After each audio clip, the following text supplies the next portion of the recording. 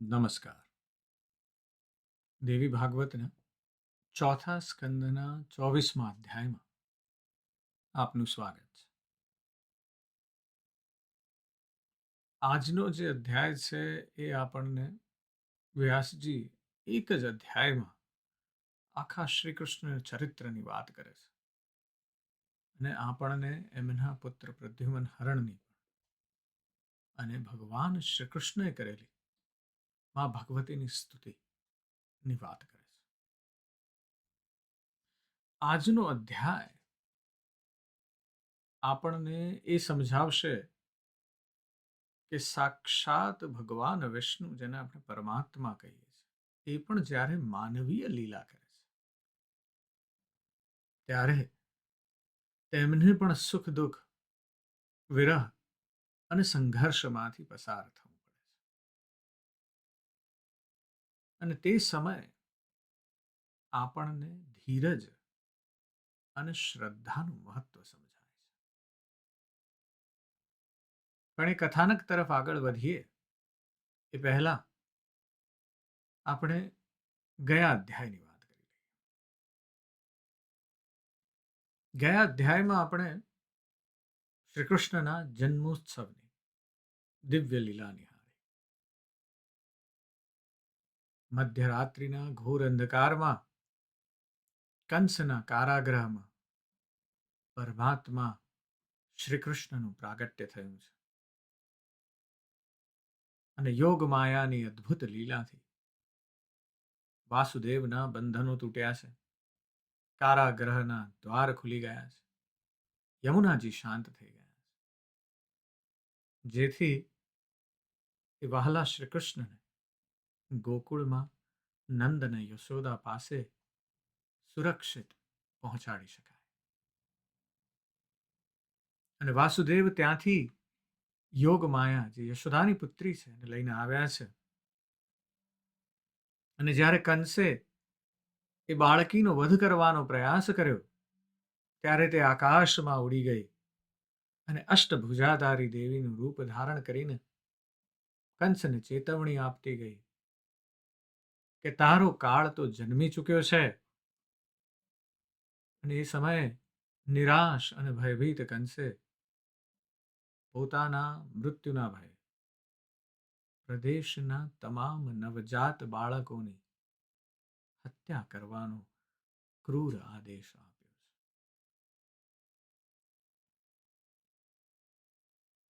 આજનું પ્રવચન જે છે, આજની જે વાત છે, એ આપણે એ કથાને આગળ વધારીએ છીએ શ્રી કૃષ્ણની લીલામાં.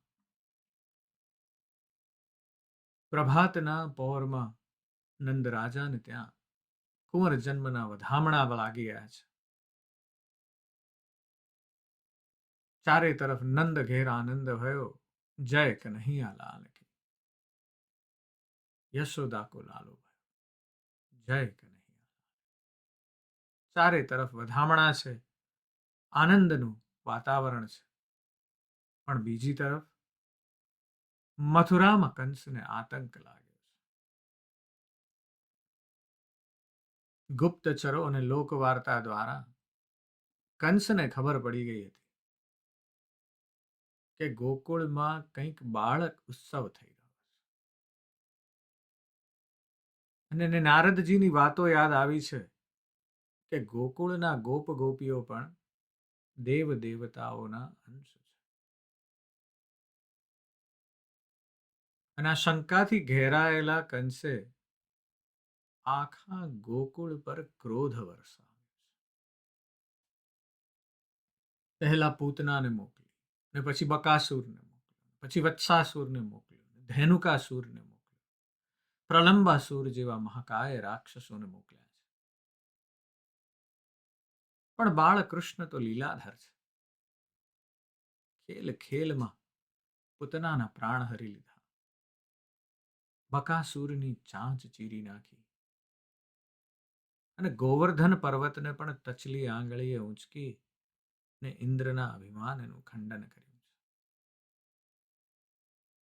અને આ પરાક્રમો સાંભળીને કંસને તો ખાતરી થઈ ગઈ કે આ બાળક જ મારો કાળ છે. અને અંતે કંસે ધનુષ્ય યજ્ઞનું બહાનું કાઢ્યું અને અક્રૂરજીને મોકલીને કૃષ્ણ બલરામને મથુરા બોલાવ્યા છે. અને આપણે સૌ જાણીએ છીએ કે મથુરા આવીને કૃષ્ણએ કેવી રીતે કુવલિયા પીડ હાથીના દંતશૂળ તોડી નાખ્યા, ચાણૂર અને મુષ્ટિક જેવા મલ્લોને પછાડી દીધા અને અંતે કંસના વાળ પકડીને તેને સિંહાસન પરથી નીચે ખેંચીને તેનો વધ કરીને પૃથ્વીનો ભાર હળવો કર્યો છે. ત્યારબાદ કૃષ્ણ અને બલરામે માતા પિતાને જેલમાંથી મુક્ત કર્યા છે અને ઉગ્રસેનને રાજગાદી આપી. અને આ તરફ એક ઘટના બની છે કે કંસનો વધ થયો છે. પણ કંસનો વધ થયો એવું સાંભળીને મગધ નરેશ જરાસંધ જે છે, કંસના સસરા છે, ક્રોધે ભરાયા અને મથુરા પર એક નહીં બે નહીં પણ 17 વાર રાક્ષસી સેના સાથે આક્રમણ કર્યું. પણ જેને કૃષ્ણ રાખે તેને કોણ ચાખે એવી વાત છે. કૃષ્ણની બુદ્ધિથી યાદવો દરેક વખતે બચી ગયા છે.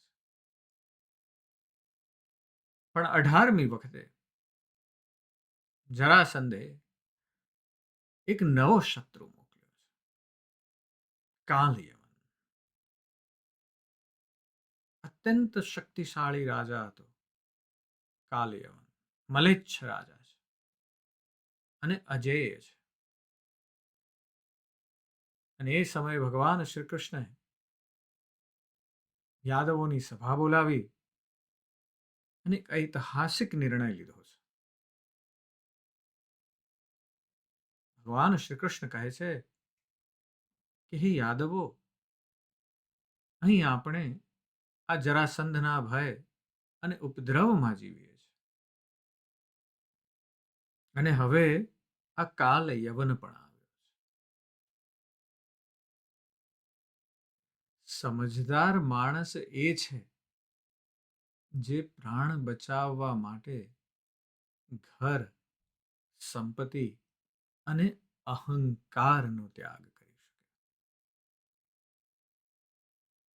બહુ જ અદ્ભુત વાત કરી છે આ એક વાક્યમાં ભગવાન શ્રી કૃષ્ણએ, કે સમજદાર માણસ એ છે જે પોતે હું પણ છોડી શકે, મારું છે એવી વાત છોડી શકે. પ્રાણ બચાવવા માટે સમજદાર માણસ ઘર, મારું ઘર, સંપત્તિ, મારી સંપત્તિ અને અહંકાર, હું કોણ છું, એનો ત્યાગ કરી શકે. જો એ ન કરી શકે તો એની સમજમાં ક્યાંક ઉણપ છે. અને આપણે પણ આ જ સમજવાનું છે કે આપણે જે પણ બધું પામીએ છીએ એ બધું શું માત્ર આપણા લીધે જ પામ્યા? સતત ધ્યાન દેવાનું છે કે આપણી અંદર એ અહંકાર આવી ન જાય કે હું કંઈક છું. અને ત્યારબાદ શ્રી કૃષ્ણ બીજી એક બહુ ઉમદા વાત કરે છે. એ કહે છે કે જ્યાં સતત ઉદ્વેગ હોય તે પૂર્વજોની ભૂમિ પણ છોડી દેવી જોઈએ. જ્યાં ઉદ્વેગ હોય, જ્યાં સતત કંઈક થઈ રહ્યું હોય જેનાથી તમને સેટલડ છો એવી ભાવના ના, તમને એમ થયા કરે કે અહીંયા કંઈક સતત અશાંતિ છે, અને એ ભલે પૂર્વજોની ભૂમિ હોય પણ છોડી દેવી જોઈએ. ત્યારબાદ કૃષ્ણ કહે છે કે કલ્યાણ ઈચ્છતા હોય તે લોકોએ સમુદ્ર કે પર્વત કિનારે વસવું જોઈએ. એક એક વાક્યમાં કૃષ્ણએ મર્મની વાત કરી છે કે પહેલા તો હું પણ છોડી દો, બીજું કે રૂઢિચુસ્તતા છોડી દો, ભલે ઉદ્વેગ હોય તો પછી પૂર્વજોની ભૂમિ પણ છોડી દો. ત્રીજી વાત કૃષ્ણ કરે છે કે કલ્યાણ ઈચ્છતા હો તો સમુદ્ર કે પર્વતના કિનારે વસવું જોઈએ. એવું કેમ? કૃષ્ણ સાદી ભાષામાં કહે છે કે જુઓ, શત્રુઓના ભયથી વિષ્ણુ પણ સમુદ્રમાં શેષનાગ પર સૂવે છે અને શિવ કૈલાસ પર વસે છે. કૈલાસ કે નિવાસી. પણ વાત એવી છે કે પાણીની નજીક રહેવું. જળ જીવન છે. સમુદ્ર છે તો ત્યાં ક્યાંકથી નદી આવતી હશે, ખારું અને મીઠું બે પાણી મળશે. સમુદ્રના પાણીમાંથી માછલી મળશે. પર્વત કિનારો હશે તો ત્યાંથી ક્યાંક તો ઝરણા નીકળતા જ હશે. અને પર્વત કિનારો હશે એટલે ત્યાંની આસપાસની જમીન ખૂબ ફળદ્રુપ હશે. એટલે ગુજરાન થઈ જશે. સુંદર વાત કરી છે શ્રી કૃષ્ણએ. 3 વાક્યમાં જીવનનો જાણે સાર કહી દીધો છે. અને જો તમે જુઓ તો દુનિયાના દરેક સિવિલાઇઝેશન જે પણ છે, જૂના નવા બધા, દુનિયાના અત્યારે સૌથી મોટા સિટીઝ પણ જે છે, શહેરો છે, એ બધાએ કોઈ ને કોઈ નદી કે સમુદ્ર કિનારે વસેલા છે. ન્યુયોર્ક પકડો કે લંડન, મુંબઈ પકડો કે દિલ્હી, જકાર્તા જાઓ કે સિંગાપોર, જ્યાં પણ જાઓ, શાંઘાઈ જાઓ, કાં સમુદ્ર કિનારે છે કાં પર્વત કિનારે છે. નદી પાણી ક્યાંક નજીકમાં છે અને એટલે એ શહેરો વિકસિત થયા છે. પણ હિસ્ટોરિકલી પણ તમે જુઓ તો ઇતિહાસ પણ દેખાડે છે કે કાયરો વસ્યું છે નાઇલ નદીના કિનારે. અમદાવાદ માટે તો કથા પણ છે કે જબ કુત્તે પે સસ્સા આયા તબ બાદશાહ ને નગર બનાયા. નદીના પાણીમાં કંઈક એવું ખમીર છે અને એટલે ત્યાં આખું નગર વસ્યું છે. દુનિયાની દરેક સભ્યતા જે પણ છે એક આ નદી કિનારે વસી છે, સમુદ્ર કિનારે વસી છે, પર્વત કિનારે વસી છે. એથેન્સ પકડી લો, એ જ વસ્તુ થઈ છે. એટલે વાત શ્રી કૃષ્ણની ખૂબ અદ્ભુત છે.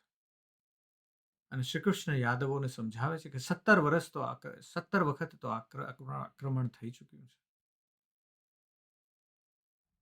એટલે કહે છે કે હવે 18મી વખત આ તો કાળ યવન આવવાનો છે. આપણે આઘા ખસી જઈએ. યુદ્ધ કરવાનો કોઈ અર્થ નથી. ફરી વાર આપણું જ નુકસાન થાય છે. કારણ કે જ્યારે પણ કોઈ રાજા બીજા રાજા પર યુદ્ધ ઉપર ચઢી આવે છે ત્યારે એ જગ્યા જે છે એ કલુષિત થઈ જાય છે. માત્ર કલુષિત નથી થતી, પણ એની સાથે સાથે જગ્યાના જે પણ રિસોર્સિસ છે, કારણ કે આગ લગાડે છે આજુબાજુના ગામોને, એટલે એ બધું નષ્ટ થાય છે, રિસોર્સિસ નષ્ટ થઈ જાય છે. કૃષ્ણ કહે છે કે આ બધાથી આઘા ખસી જાય અને સલાહ આપે છે કે આપણે રૈવતક પર્વત પાસે સમુદ્ર કિનારે એક નવી નગરી વસાવીએ, દ્વારિકા. ગરુડજી આ સુંદર જગ્યા વિશે મને માહિતી આપી છે. શ્રી કૃષ્ણ પોતાની પ્રજાને લઈને કહે છે કે હું તમને સુરક્ષિત કરવા માંગુ છું. આ એક સાચા લીડરની વાત છે. સાચો લીડર એ છે જે સમજી શકે કે હવે ત્યાગ કરવાની પણ જરૂર છે, માત્ર લડી લેવાથી નહીં ચાલે. 2 અધ્યાય પહેલા આપણે વાત કરી છે મૂસાની, બાઇબલમાં મોઝેસની, કે એની આગેવાની હેઠળ ઇઝરાયેલીઓએ ઇજિપ્તની ગુલામીમાંથી પલાયન થઈને ઇઝરાયલની તરફ ગતિ કરી છે. મૂસાએ પણ પોતાના લોકોને વચનબદ્ધ ભૂમિ, પ્રોમિસ્ડ લેન્ડ પર લઈ જવા માટે પૂર્વજોનું સ્થાન છોડાવ્યું હતું. અને શ્રી કૃષ્ણ તો એક મહાન સાચા નેતા છે અને પોતાના લોકોની સુરક્ષા માટે રણછોડ બનવાનું, એટલે કે રણ મેદાન છોડી દેવાનું કલંક પણ માથે લેવા તૈયાર થયા. મહાનેતા છે, મહાનાયક છે. એને ખબર છે કે આનું આનું આ બધાને પતાવી દેવા હોય તો પરમાત્માનો અંશ શું હમણાં બધું નીકળી જશે. પણ સાચો નેતા કોણ છે? સાચો નેતા એ છે જે પોતાના અહંકાર માટે નહીં પણ પ્રજાના કલ્યાણ માટે જીવે છે. મેં વો હું એની જરૂર નથી, પણ મારી પ્રજાનું શું કલ્યાણ થાય છે ને એ સાચો નેતા છે.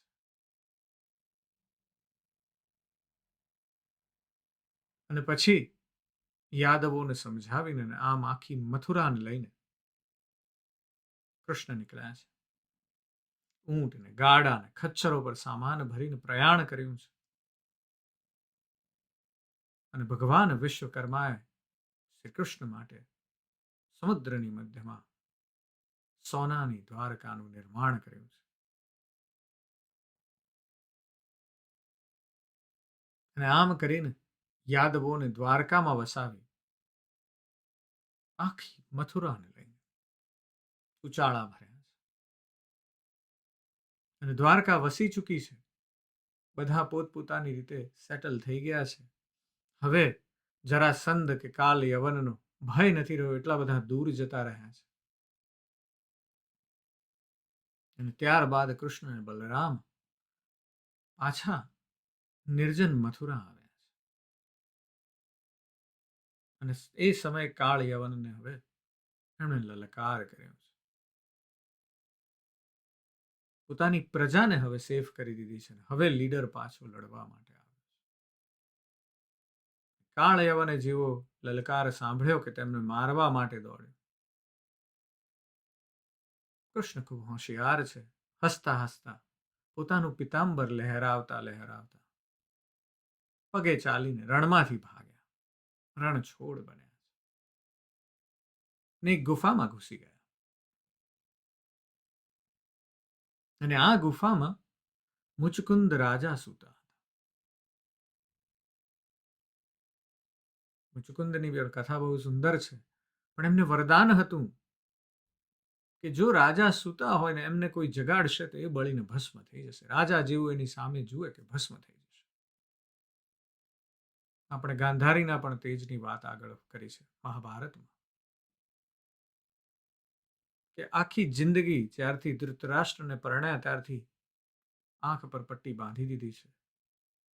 પણ સત એવું છે સતીનું કે દુર્યોધનને પોતાના પુત્રને કીધું છે કે જો તું મારી સામે આવી જઈશ યુદ્ધ કરતા પહેલા ભીમની સામે, અને હું જો આ મારી પટ્ટીઓ ખોલીશ તો મારી આંખનું સત એટલું છે કે હું જે જે તારું શરીર જોઈશ ને એ સંપૂર્ણપણે કોઈ એને કશું કરી શકશે.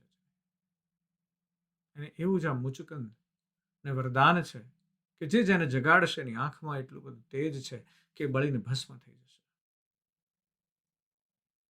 એટલે કૃષ્ણ ગુફામાં ઘૂસી ગયા અને પિતાંબર જે હતું પોતાનું એ મુચુકુંદ પર ઓઢાણી દીધું છે. કાલ યવનને થયું કે આ જો ગુફામાં ઘૂસી ગયો અને એને ખબર નથી કે હું પણ પહોંચી ગયો છું. અને એણે મુચુકુંદ અને કૃષ્ણ સમજીને લાત મારી. મુચુકુંદ જાગ્યા ને એમની ક્રોધાયમાન દ્રષ્ટિ પડતા તો કાલ યવન ભસ્મ થઈ ગયો. અને પછી મુચુકુંદને પોતાના દર્શન આપીને કૃષ્ણ અને બલરામ દ્વારકા પાછા ફર્યા છે. અને ત્યારબાદ ભગવાન શ્રી કૃષ્ણ એક પત્ર આવ્યો છે વિદર્ભના રાજા ભીષ્મકની પુત્રીનો. એ કહે છે કે તમારા વિશે કેટલું સાંભળ્યું છે, મને હવે બચાવો, હું તો તમને જ વરી ચૂકી છું. અને આ રૂકમણીનો પત્ર વાંચ્યો છે અને શ્રી કૃષ્ણ દોડ્યા અને સ્વયંવરમાંથી હરણ કરીને રાક્ષસ વિધિથી શ્રી કૃષ્ણએ રૂકમણી સાથે વિવાહ કર્યા છે. અને આ ઉપરાંત સત્યભામા, જાંબવતી, કાલિંદી, મિત્રવિંદા, લક્ષ્મણા, ભદ્રા અને નાગ્નજિતી એવી 8 પટરાણીઓ સાથે પણ શ્રી કૃષ્ણએ વિવાહ કર્યા. રૂકમણીજી ખૂબ પ્રિય છે અને રૂકમણીજી સાથે શ્રી કૃષ્ણએ એક અત્યંત સુંદર કામદેવ સમાન તેજસ્વી પુત્રને જન્મ આપ્યો છે. પુત્રનું નામ છે પ્રદ્યુમ્ન. જેમ શ્રી કૃષ્ણના જન્મથી મથુરામાં આનંદ હતો, એવી રીતે પ્રદ્યુમનના જન્મથી દ્વારિકામાં આનંદ છવાઈ ગયો છે. પ્રદ્યુમનના જાત કર્માદિ સંસ્કારો થયા છે, પણ આનંદ એ બહુ લાંબો નથી ટક્યો. એટલી વારમાં તો સંબરાસુર નામનો એક માયાવી દૈત્ય પ્રદ્યુમનનો જન્મ થયાના થોડા જ સમયમાં તેને સુતી ગૃહમાંથી ચોરી ગયો અને પોતાના નગરમાં લઈ જઈ અને એણે માયાવતીને સોંપી દીધો. જ્યારે શ્રી કૃષ્ણને ખબર પડી છે કે તેમનો નવજાત પુત્ર ચોરાઈ ગયો છે, ત્યારે આ જગતનો નાથ જે બીજાના દુઃખ હરે છે, એ આજે એક પિતાની, સામાન્ય પિતાની જેમ રડવા માંડે છે. રૂકમણીજી પણ આ તરફ રડી રહ્યા છે અને કૃષ્ણનું પણ હૃદય દ્રવી ઉઠ્યું છે. માનવીય બધા ઉપાયો નિષ્ફળ ગયા છે. ચારે તરફ ગુપ્તચરો મોકલ્યા છે, ચારે તરફ સૈનિકો મોકલ્યા છે, પણ ક્યાંય કોઈને પતો નથી કે આ સંબરાસુર પ્રદ્યુમ્નને લઈને ક્યાં ચાલ્યો ગયો છે. શત્રુ અદ્રશ્ય છે. કોઈને ખબર નથી કે આ બાળક પ્રદ્યુમન ક્યાં છે. અને ત્યારે ભગવાન શ્રી કૃષ્ણ શું કરે છે? એ જ કર્યું જે સંકટ સમયે દરેક જીવે કરવું જોઈએ. શ્રી કૃષ્ણએ માત્ર યાદવોને નહીં પણ આપણને પણ માર્ગ ચીંધ્યો છે. અને ત્યારે જ્યારે પોતાના પુત્રની કોઈ ખબર મળી નથી રહી, ત્યારે શ્રી કૃષ્ણએ આદ્ય શક્તિ જગદંબાનું શરણું લીધું છે અને દેવીની એક સુંદર સ્તુતિ કરી છે. શ્રી કૃષ્ણની આ સ્તુતિ અત્યંત હૃદય સ્પર્શી છે. શ્રી કૃષ્ણ કહે છે કે હે માતા, મેં મારા પૂર્વ જન્મમાં, એટલે આપણે જે નર નારાયણ ઋષિ તરીકેની વાત કરી છે, એ કહે છે કે મેં મારા પૂર્વ જન્મમાં બદ્રિકાશ્રમમાં તમારી કેટલી તપસ્યા કરી હતી. હે માતા, શું તમે તે ભૂલી ગયા? આજે મારો પુત્ર ચોરાઈ ગયો છે. શું આ તમારી લીલા છે? તમે જ બાળક આપીને હસાવો છો અને તમે જ તેને છીનવીને રડાવો છો. શ્રી કૃષ્ણ કહે છે કે દ્વારકા જેવી સુરક્ષિત નગરીના મધ્યમાંથી મારું બાળક ચોરાઈ ગયું. એ માતા, તમારી માયા વિના આ શક્ય જ નથી. અને હું જાણું છું કે તમે જ સૃષ્ટિનું સર્જન, પાલન અને સંહાર કરો છો. બીજા તો માત્ર નિમિત્ત બને છે. જેમ તમે મારા મોટા ભાઈ બલરામને રોહિણીના ગર્ભમાં 5મા માસે જ આકર્ષીને સુરક્ષિત પહોંચાડ્યા હતા, તેમ માતા મારા આ પુત્રની પણ રક્ષા કરો. શ્રી કૃષ્ણ કહે છે કે હે લલિતા, હે મહાપ્રભાવશાળી, મારા વિરહની અગ્નિને શાંત કરો. જો મારો પુત્ર જીવતો હોય તો મને બતાવો. અને આ સ્તુતિ આપણને દર્શાવે છે કે અવતાર લીધા પછી ભગવાન પણ માયાના નિયમોને આધીન થઈને જ વર્તે છે અને શક્તિની ઉપાસના કરે છે. અને આ શક્તિની ઉપાસના કરી છે એટલે શ્રી કૃષ્ણના આર્તનાદ અને ભક્તિપૂર્ણ સ્તુતિ સાંભળીને માતા ચંડિકા પ્રગટ થાય છે અને કૃષ્ણને સાંત્વના આપતા કહે છે કે હે દેવ દેવેશ, શોક ન કરો. આ બધું પૂર્વ નિર્ધારિત છે. તમારા પુત્ર પ્રદ્યુમનનું હરણ એ સંબરાસુર દૈત્ય કર્યું છે. પણ ચિંતા ન કરો, તે સુરક્ષિત છે. જ્યારે તે 16 વર્ષનો થશે ત્યારે તે પોતે જ સંબરાસુરનો વધ કરીને તમારી પાસે પાછો આવશે. આ મારી કરુણા છે. અને દેવીના આ વચનો સાંભળ્યા છે એટલે કૃષ્ણ અને રૂકમણીને શાંતિ થઈ છે. પણ વાત શું છે? 16 વર્ષની વાત છે. વિચારો કે 16 વર્ષ સુધી રાહ જોવાની છે. પણ બે જણાએ શ્રદ્ધા નથી ગુમાવી. આ અદ્ભુત વાત છે. ભગવાન કે ઘર દેર હૈ પર અંધેર નહીં. રાહ જોવાની એ તમારી શ્રદ્ધાની કસોટી છે. આ જ શ્રદ્ધાને તમારે એક રીતે જોવી હોય તો એક બહુ સુંદર ફિલ્મ છે હોલિવૂડની. નામ છે લાયન. 2016માં પ્રદર્શિત થઈ હતી. અને એની યાદ અપાવે છે કે આ વાર્તામાં એક સારું બ્રાયરલી કરીને એક બાળક છે, 5 વર્ષનો બાળક, ભારતના એક નાનકડા ગામ ખંડવાના સ્ટેશન પરથી ભૂલથી ટ્રેનમાં બેસી જાય છે મધ્યપ્રદેશમાં, અને ત્યાંથી હજારો કિલોમીટર દૂર કલકત્તા પહોંચી જાય છે. ભાષા આવડતી નથી બંગાળી. અને ત્યારબાદ એને સાથે જે કંઈક પણ બને છે ત્યાંથી ઓસ્ટ્રેલિયાનું એક દંપતી એને દત્તક લઈ લે છે. અને 7 સમંદર પાર એક નવી દુનિયામાં મોટો થાય છે, સુખી થાય છે.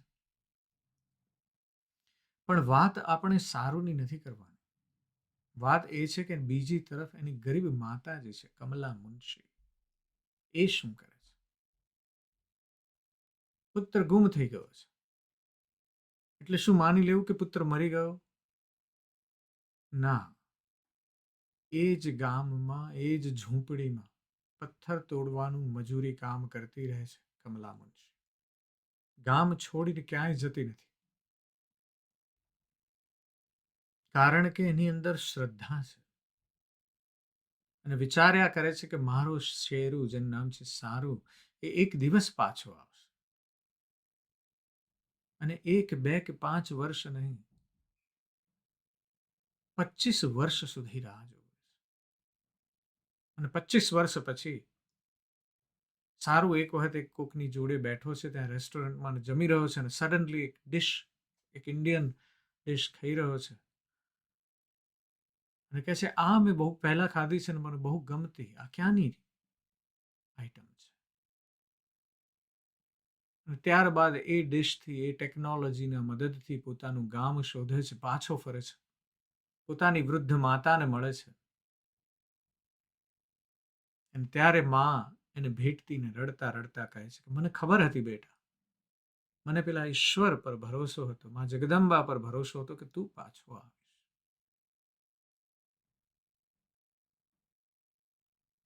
અને એટલે એક સામાન્ય માતાને પણ રાહ જોવી પડે છે, શ્રી કૃષ્ણ અને રૂકમણીને પણ રાહ જોવી પડે છે. અને દેવીના વચન પર શ્રદ્ધા રાખીને 16 વર્ષ સુધી શ્રી કૃષ્ણ અને રૂકમણીએ ધીરજપૂર્વક એ ભક્તિની શક્તિ પર શ્રદ્ધા રાખીને પ્રદ્યુમનની પ્રતીક્ષા કરી છે. એટલે આજનો જે અધ્યાય છે ને, એ આપણને શ્રી કૃષ્ણના દિવ્ય સ્વરૂપ, માનવીય સ્વરૂપ, જીવનના સંઘર્ષો અને દેવી ભક્તિનું એક અદ્ભુત મિશ્રણ બતાવે છે. કંસવધ પછી પણ કૃષ્ણને જરાસંધ અને કાલ યવન જેવા શક્તિશાળી શત્રુઓનો સામનો કરવો પડે છે. અને માત્ર પોતાના નહીં પણ પોતાની પ્રજાના કલ્યાણ માટે કૃષ્ણ મથુરા છોડીને દ્વારકા વસાવવાનો કઠોર નિર્ણય લે છે. અને એ જ ફરીવાર સાબિત કરે છે કે સાચો નેતા જે છે એ અહંકાર કરતા, પોતાના અહંકાર કરતા પ્રજાની સુરક્ષાને વધારે મહત્વ આપે છે. શ્રીકૃષ્ણ ધારત તો કઈ મથુરા છોડવાની જરૂર નથી. એ તો એનો મહેલ તો બરાબર મધ્યમાં છે મથુરાની. ચારે તરફ લોકો છે. કેટલા બધાએ મરી જવું પડશે ત્યારે શ્રી કૃષ્ણ સુધી પહોંચી શકવાનો છે. જરાસંધ કે કાલિયવન શક્ય જ નથી. પણ પોતાની પ્રજાને એટલું દુઃખ તો થશે ને. અને કાલ યવનનો વધ યુક્તિથી કર્યા બાદ શ્રી કૃષ્ણ ગૃહસ્થ જીવનમાં પ્રવેશે છે. પરંતુ રૂકમણીના પુત્ર પ્રદ્યુમ્નના જન્મના થોડા જ સમયમાં સંબરાસુર દ્વારા તેનું અપહરણ થતા શ્રી કૃષ્ણ અને રૂકમણી ઘેરા શોકમાં ગરકાવ થાય છે. અને આ સંકટ સમયે સ્વયં જગતના પાલનહાર શ્રી કૃષ્ણ એક સામાન્ય પિતાની જેમ વ્યથિત થઈને આદ્ય શક્તિમાં જગદંબાની શરણાગતિ સ્વીકારે છે. તેમની આર્ત સ્તુતિથી પ્રસન્ન થઈને દેવી પ્રગટ થાય છે અને આશ્વાસન આપે છે કે પ્રદ્યુમ્ન સુરક્ષિત છે અને 16 વર્ષ પછી શત્રુનો વધ કરીને પાછો ફરશે. અને આ અધ્યાયનો આજે પરમ સંદેશ છે એ છે કે જીવનમાં ગમે તેટલા મોટા સંકટ પડે, ઈશ્વર પરની શ્રદ્ધા, ફેથ અને ધીરજ, પેશન્સ એ જ આપણને દુઃખમાંથી મુક્તિ અપાવી શકે છે. આ શ્રદ્ધા અને ધીરજની જે વાત છે એની પર સતત મનન ચિંતન કરવાની વાત છે. જરૂરથી કરજો. આજે બસ આટલું જ. હું તમારી અંદર બેઠેલા તે પરમ તત્વને પ્રણામ કરું છું. નમસ્કાર.